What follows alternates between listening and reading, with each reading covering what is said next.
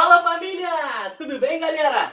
Estamos de volta após recesso aqui no Fator na sua casa. Eu, professor Matheus Viug, para dar continuidade com as nossas aulinhas, visando o Enem, visando o entendimento de toda a história brasileira, passando ali pelo início da Primeira República, por todo o século XX, até chegarmos ao século XXI. E nas aulas passadas a gente falou de Primeira República, falou de Era Vargas, falou da fase da República Liberal Democrática, que é onde estamos ainda, portanto, vimos o governo Dutra, vimos também o segundo governo Vargas, já numa outra roupagem, numa roupagem democrática, que vai de 51 até 54, interrompido pelo suicídio de Getúlio Vargas, uma fase bem triste, bem intensa da nossa história. E hoje iniciamos uma outra fase, iniciamos um novo governo, iniciamos a fase, o governo Juscelino Kubitschek, o governo JK, tão famoso que você não aguenta mais ouvir governo JK e escutar aquela frase, 50 anos em 5, todo mundo já sabe que o governo JK são 50 anos em 5, beleza?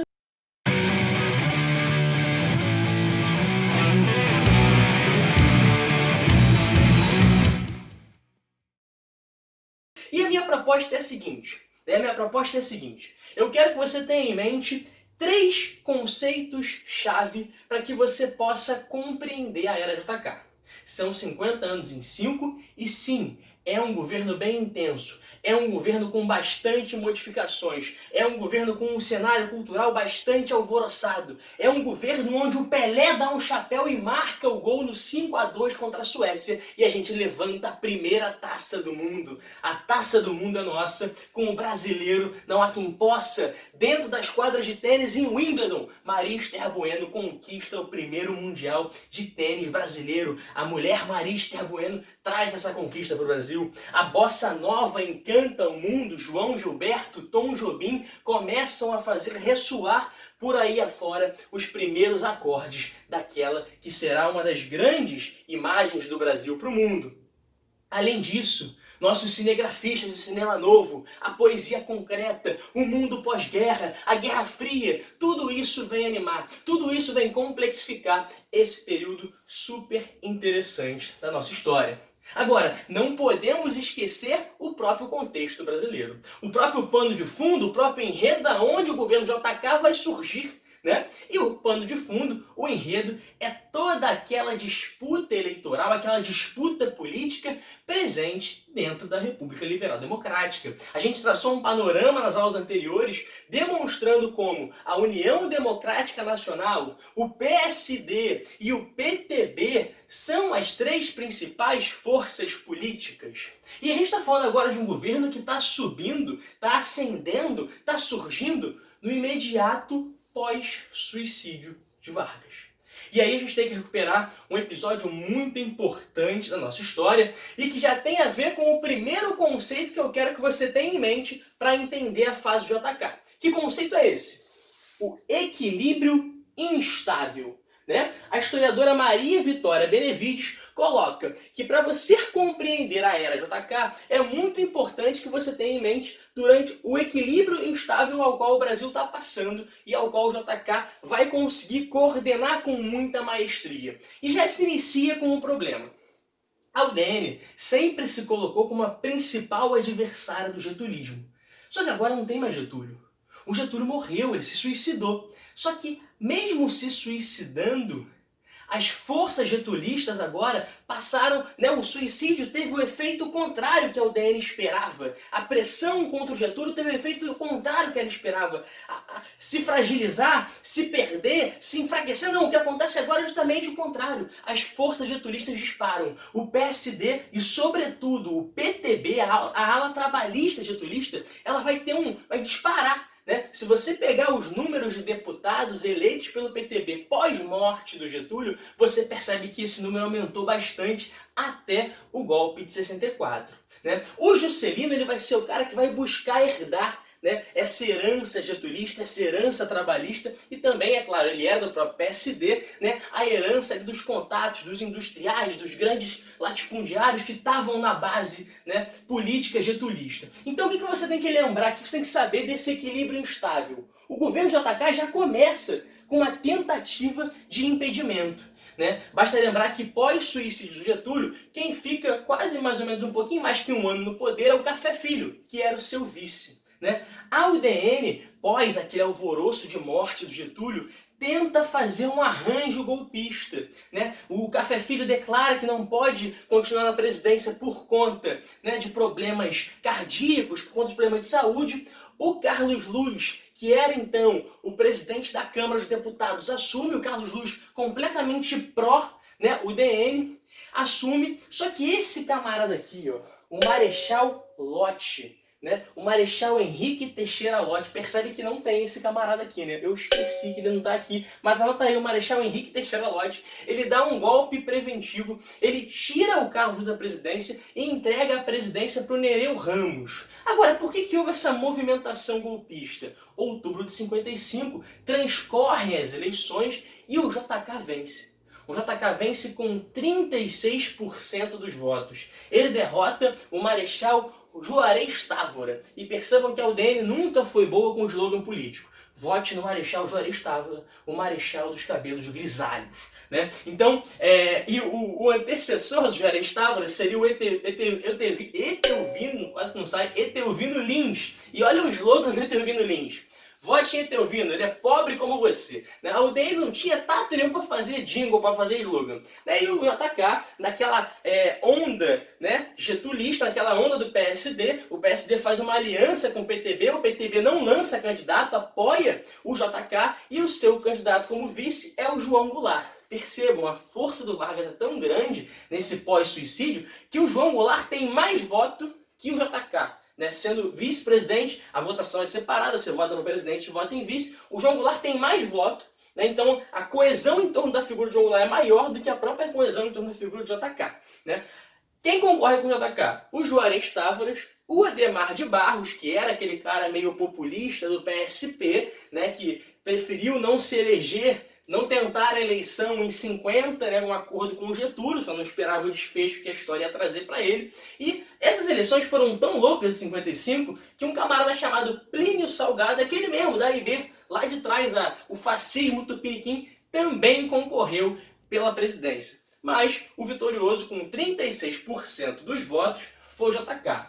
Por que o Lott teve que dar o golpe preventivo? Porque o UDN foi argumentar que o JK não podia assumir por não ter a maioria absoluta dos votos. Detalhe muito importante, isso não constava na Constituição. Né? O presidente não teria que ter a maioria absoluta dos votos para ser eleito. Então, a eleição era digna, era legítima, era constitucional. Repare que em 60, quando for eleito o Jânio Quadros pela UDN, ele também não terá a maioria absoluta dos votos. Mas aí a UDN não vai falar nada. Beleza? Então, esse já é o início tenso pelo qual o JK tem que passar. Né? Mas aí o Lott vai dar o golpe preventivo, tira o Carlos Luz, passa a presidência para o Nereu Ramos e aí sim o Nereu Ramos entrega a faixa presidencial em 31 de janeiro de 1956. E aqui começa de fato a nossa trajetória. E eu quero te apresentar o segundo conceito muito importante. Vamos retornar a esse aqui ainda, mas eu quero te apresentar o segundo conceito muito importante. O JK vai ser eleito com uma plataforma um pouco diferente da do Getúlio. Quando a gente fala em Getúlio, na era Vargas, ou até no próprio segundo governo, a gente trabalha muito com uma ideia de nacionalismo econômico. O que o JK está trazendo para a gente de novo? E é um conceito-chave para você compreender essa fase. O nacional desenvolvimentismo. Então, o projeto econômico do JK, de 56 até entregar a faixa em 61, é o nacional desenvolvimentismo. E em que pilares se assenta esse pensamento? A gente tem que lembrar o seguinte, a gente está falando da década de 50, a gente está falando de um mundo que vive na Guerra Fria, está falando de um mundo que já tem um órgão supranacional diplomático, que é a Organização das Nações Unidas.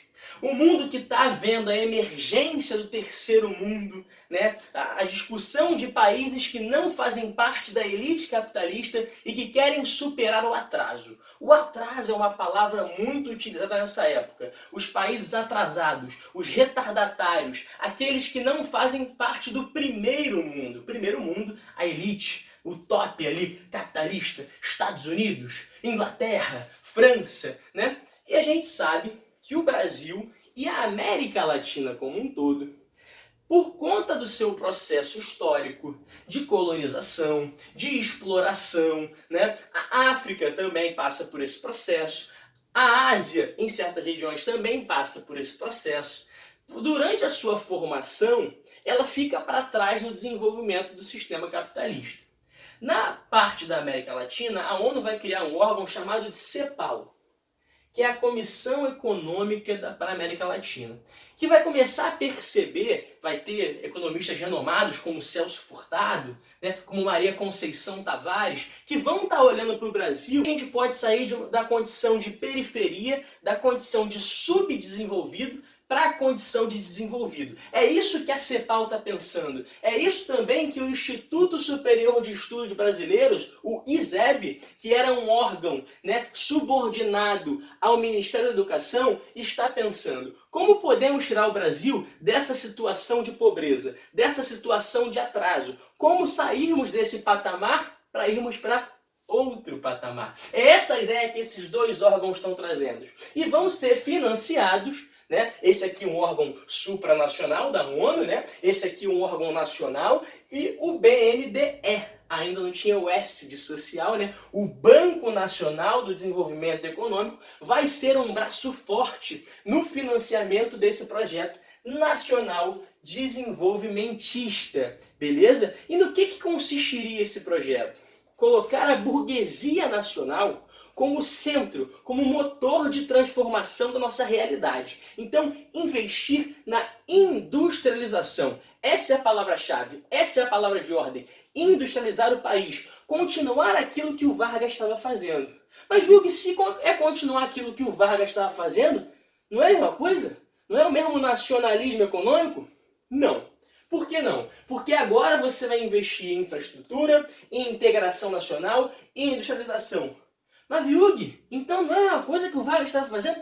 Não, porque você vai abrir o Brasil a primeira vez, como nunca tinha sido aberto, para ingerência, para influência, para entrada do capital estrangeiro. Tá? O capital estrangeiro, ele vai compor o tripé do nacional desenvolvimentismo. Então você tem o Estado atuando nas indústrias mais pesadas, as indústrias de base, como está aqui, como é uma das metas que a gente vai falar daqui a pouquinho sobre o plano de metas, né? Você vai ter a burguesia nacional recebendo investimentos do estrangeiro, e você vai ter também empréstimos contraídos pelo Estado brasileiro para investir nesse desenvolvimento. Então, o nacional-desenvolvimentismo ele se assenta sobre três bases: sobre a burguesia nacional, sobre empréstimos estrangeiros e sobre a influência do Estado. Um Estado que participa menos do que o Estado varguista. Tranquilo? Então, esse é o principal plano, a principal ideia do JK, que se materializa, aí sim, no que você conhece, nos 50 anos em 5, no plano de metas, né? E quais são as metas? 31 metas, né? Divididas entre energia, transporte, educação,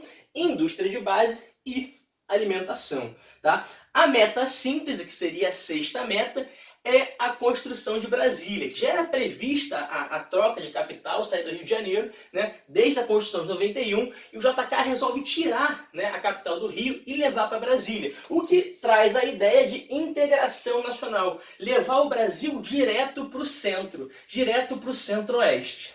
E agora eu queria propor uma reflexão para vocês, que é a seguinte, tá? Quando a gente fala sobre, saindo um pouco de economia, tá? Quando a gente fala na ideia de nacionalismo, na ideia de Brasil, o que te vem à cabeça? O que representa o seu país para você? Qual é a ideia nacional que você tem? Qual é a ideia de povo que você tem? Eu estou te perguntando isso porque essas ideias de nação, de povo, o que é o brasileiro? O brasileiro é o jeitinho? O brasileiro é a pátria de chuteiras? O brasileiro é o carnaval? O brasileiro é o boi lá da Amazônia? O brasileiro é o indígena? Quem é o brasileiro? Né? O brasileiro é o modão? É a Marília Mendonça? Quem é o brasileiro? Tá? Essa pergunta ela é feita de tempos em tempos. Ela foi feita durante o Segundo Reinado e ela tinha resposta naquele momento, né? Basta você lembrar do movimento romântico, do romantismo. Ela foi feita durante a Primeira República, basta você lembrar da Belle Époque, né? Do Rio de Janeiro copiando Paris, né? Ela foi feita durante a Era Vargas, basta você lembrar do Vargas se aproximando do popular, né? Legalizando o desfile das escolas de samba. Ela foi feita também durante a Era JK. E aí, nesse momento, a gente tem uma disputa muito interessante sobre que narrativa, sobre que povo brasileiro é esse. E entre dois grupos, dois órgãos, um deles. E aí a gente vem para a parte de cultura, tá? Vem para a parte de cultura de 50 anos em 5, que também está englobando uma discussão acerca de que povo brasileiro é esse.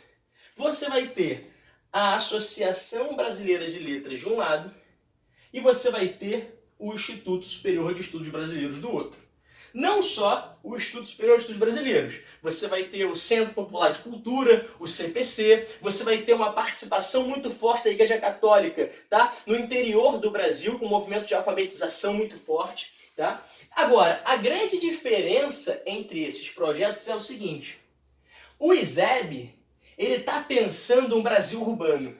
Um Brasil industrial, um Brasil novo, um Brasil progressista, um Brasil que está superando o subdesenvolvimento, um Brasil lá da frente. A narrativa do ISEB é o Brasil do futuro, é o Brasil que vai superar todas essas dificuldades e vai poder mostrar para o mundo a essência do seu povo. A narrativa da Associação Brasileira de Letras é uma narrativa folclorista. É a narrativa de você resgatar documentos do interior, do campo, daquele homem genuinamente brasileiro. Quase que uma ideia euclidiana dos sertões, né? Do sertanejo como representante fiel do que é ser o brasileiro. Né? Então o Brasil, para a ABL, para os folcloristas, é o Brasil rural, é o Brasil do interior. Para o ISEB, é o Brasil urbano, é o Brasil do futuro. Então há disputa em torno, por esses dois grupos, de como definir o brasileiro. De modo que gera uma dicotomia, né?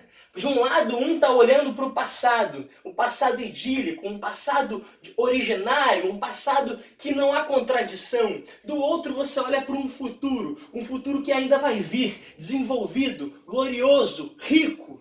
Percebe? Essa é uma disputa que está sendo feita durante a fase Era JK e vai perdurar durante os anos 60 como um todo. Tá? Além disso, você tem o próprio momento, né? O próprio momento, né, internacional e nacional. Então você tem o desenvolvimento da poesia concreta, você tem a própria bossa nova que eu iniciei falando, que vai tomar conta, vai também criar um discurso sobre o Brasil. Qual é o discurso que a bossa nova cria? Né? É Copacabana, é a Garota de Ipanema, é um Brasil que tem uma paisagem bonita, que é tranquilo, que é suave, né? Que canta as suas belezas naturais, a beleza do seu povo, né? Mas é uma música que não busca a contradição. Olha que curioso, é um Brasil em disputa, porque ao passo que a bossa nova canta essa beleza quase que, né, essa beleza calma, tranquila, que não aflige ninguém, o cinema novo vai e vem com Nelson Pereira dos Santos e mete na tua cara Rio 40 graus, escrachando a população, escrachando a miséria em que vive a sociedade brasileira. Né? Você pode pegar o Glauber Rocha, né? Você conhece Deus e o Diabo da Terra do Sol porque tu gosta de Djonga e tu viu que Djonga fez essa referência no álbum dele. Pega lá o Glauber Rocha, tem no YouTube, vai assistir Deus e o Diabo da Terra do Sol e vai ver a crítica que ele está estabelecendo ao campo, ao rural, à sociedade brasileira miserável e desigual. Então é um momento que você tem uma euforia, né, como plataforma de governo, como discurso, mas ao mesmo tempo as contradições dessa sociedade estão vindo à tona. E isso tudo dentro da Era JK. Então por isso que a cultura, essa discussão em termos de que Brasil estamos vendo nascer e que Brasil queremos, eu acho que é um ponto fundamental para você compreender esses 50 anos que passam em 5. Tranquilo? Bom, sobre o plano de metas, tá? Sobre o plano de metas. A gente não pode esquecer que a alimentação, por exemplo, e educação, essa educação que é pensada para fazer uma mão de obra, para conseguir movimentar a indústria, né? A indústria, o transporte e a energia são os três pilares fundamentais que vão sustentar o plano de metas, né? As hidrelétricas que vão ser construídas, né? Mais de 20 mil quilômetros de rodovias rasgando o Brasil. É curioso que quando o JK vai inaugurar em 21 de abril de 1960 Brasília, né? JK passa a faixa presidencial para o Jânio já em Brasília. É a primeira passagem de faixa fora do Rio de Janeiro. E aí quando ele vai inaugurar Brasília, ele faz uma caravana. A caravana nacional. Né? Ele sai de várias capitais, uma galera de carro. Né? Porque a indústria automobilística, galera, a indústria automobilística é uma das caras da era JK. Brasília foi construída para homens que tinham cabeça, tronco e rodas. Uma cidade automobilística, né? Para você andar, se você já foi em Brasília, para você andar por lá é difícil, você tem que ter carro, né? O modelo, né, organizacional do transporte brasileiro, a galera de geografia trabalha bastante isso, o Bernardo Aizo, o Tiagão, né? Esse modelo não vai ser ferroviário. O JK explora muito pouco a malha ferroviária brasileira. Ele vai investir no modelo norte-americano, vai rasgar o Brasil de ponta a ponta, cheio de rodovia, porque agora ele tem uma indústria automobilística forte. A General Motors vem para cá, a Ford vem para cá, né? A Volkswagen vem para cá. O JK, antes de se ganhar a faixa presidencial em 56, ele foi na Alemanha pegar a tecnologia alemã para trazer para cá, conversar com os industriais. Ele foi no Vaticano ganhar a bênção do Papa. Ele foi nos Estados Unidos conversar com Eisenhower, com Nixon, né? Então percebam, galera, foi toda uma diplomacia também, todo um contexto de Guerra Fria que o JK está explorando para conseguir manter a sua plataforma nacional desenvolvimentista, beleza? E as metas a gente consegue perceber que, por exemplo, o teto, né, ele queria 100 mil veículos, passou de 300 mil, né? A Ford, a GM vão se alocar na região do ABC Paulista. O ABC Paulista vai ter sua paisagem completamente transformada. Ali no ABC você vai ter uma concentração de operários jamais vista no Brasil e que vai explodir na década de 80, 70 e 80 com uma organização de um novo sindicalismo. Então, esse momento da história está provocando transformações super impactantes para o que está por vir. E aí, falando de Brasília especificamente, projetada pelo Niemeyer e pelo Lúcio Costa, né, sob os auspícios do concretismo, as formas geométricas, a beleza de Brasília, né, a diferença, não é tão habitual ver os prédios e as construções como são feitas em Brasília. Né? Então a meta-síntese, porque requer um grande investimento, é a grande vitrine, está levando, eu comecei a falar de Brasília lá atrás porque está levando o Brasil para onde? Para o interior. Né? É um retorno ao interior. Né? Então também está presente essa ideia de voltar ao campo, voltar às origens. Né? E voltar às origens agora numa cidade com uma mega infraestrutura, numa cidade construída por vários operários, pelos chamados candangos, que vêm do Nordeste para construir. Né? Juscelino me chamou, eu vou morrer de saudade, mas vou. Dizia assim a música que cantava um pouquinho sobre os candangos que trabalharam e construíram a capital brasileira em tempo recorde, entre 57 e 1960. Tranquilo, galera? Para a gente fechar nossa aula, o último conceito que a gente começou falando, né, o equilíbrio instável, que começa lá com o golpe preventivo e não acaba ali. Né, não acaba ali. O Juscelino, ele tem, e aí mais um conceitozinho, tá? O quarto conceito, mas que está dentro desse. Ele tem o chamado talento das autoridades. É a forma que ele tem de perceber a conjuntura política e conseguir, dentro daquele momento, reverter a situação, evitando que aquele problema se descambe para uma crise política, para uma crise econômica. Então, o talento das autoridades do Juscelino permite que durante 56 e 61, um momento super tenso da história, porque foi pós-suicídio de um dos maiores presidentes líderes brasileiros, né, e pré-golpe do João Goulart. Então ele está entre um suicídio, uma renúncia do Jânio e depois um golpe de Estado. Então, nesse momento, o Juscelino ele vai ter uma tentativa de golpe, logo no início, logo em 56, com o levante de Jacareacanga por militares da aeronáutica. Ele vai ter no final do governo uma tentativa de golpe em Aragarças. Detalhe, Aragarças foi o primeiro sequestro de avião como forma de mobilização política feita por integrantes da aeronáutica. Ele perdoou os dois grupos, né, porque nesse momento, a gente discutiu isso nas aulas passadas, a própria cúpula militar ela também é dividida.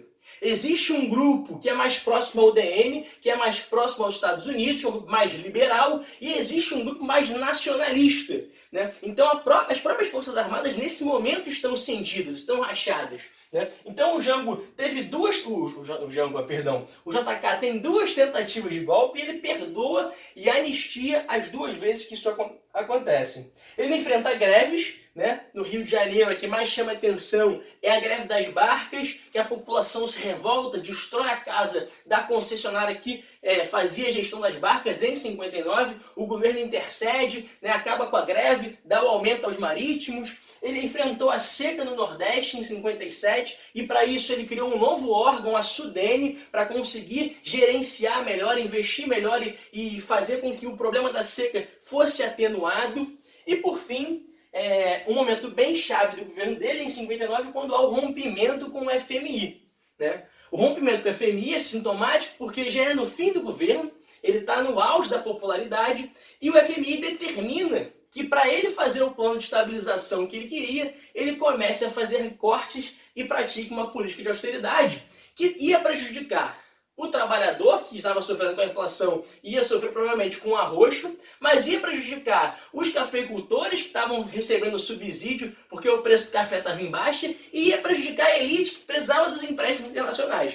Então esse momento foi um momento chave do governo JK, em que ele rompe com o FMI e aí vai passar esse problema econômico para o próximo sucessor. A própria sucessão dele é muito interessante, porque apesar de varguista e do PSD, o JK vai tentar costurar um acordo novo. Que acordo novo vai ser esse? Ele vai trazer a tese de que o PSD teve um presidente, o PTB teve um presidente e a UDN ainda não. E para isso, ele vai apoiar um candidato da UDN. No primeiro momento ele vai querer o Juracir Magalhães, mas a UDN vai acabar optando, né, pelo seu próprio candidato, o Jânio Quadros, um meteoro eleitoral, e nesse sentido vai partir para a eleição de 60, né? Não tinha reeleição nessa época, portanto, ele não podia tentar a reeleição. Ele vai passar a faixa para o Jânio em Brasília em 61, 31 de janeiro. Vocês acham fácil os discursos na internet, são bem legais de perceber. Brasília ainda meio peladona, ainda não tinha tudo pronto, né? E ele passa a faixa, mas já com muita gente com broche e com faixas apontando para JK65. Ele tinha um projeto de retornar ao poder, né, que não vai ser concretizado, porque em 64 a gente tem a interrupção dos valores democráticos por aproximadamente 21 anos. Valeu, família! Esse foi um pouquinho da Era JK para vocês. Tava morrendo de saudade. E aquilo, tamo de volta. Bons estudos. Se você gostou desse vídeo, curte, compartilha, se inscreve no canal, manda pros seus amigos. E é isso. Tamo junto!